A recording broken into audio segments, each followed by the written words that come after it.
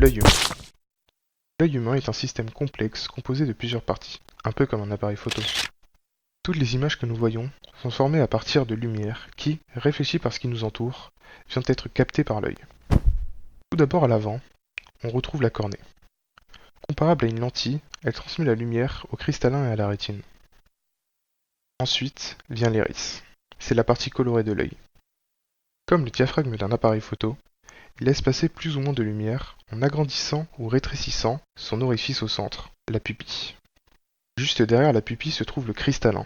Comme une seconde lentille, il permet, en s'étirant et se contractant, d'avoir une image nette sur la rétine. En parlant de la rétine, contrairement à la pellicule d'un appareil photo, elle ne fixe pas l'image, mais capte la lumière grâce à de millions de récepteurs, qui la transforment ensuite en signaux électriques. Ces signaux sont envoyés au cerveau par le nerf optique. Cependant l'image est captée à l'envers sur la rétine. Le cerveau doit donc se charger de la remettre à l'endroit.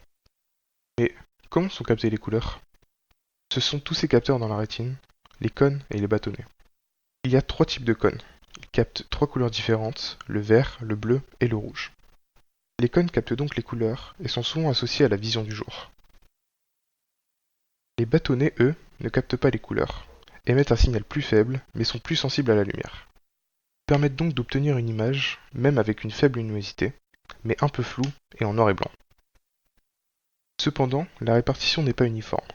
Les cônes au milieu et les bâtonnets autour, cela nous donne une image claire et colorée au centre, mais floue et en noir et blanc pour le reste. C'est donc le cerveau qui fait le reste du travail, et nous donne une image parfaite. Toutes ces couches doivent donc toutes bien fonctionner, auquel cas cela entraînerait divers troubles de la vision, comme la myopie ou le strabisme.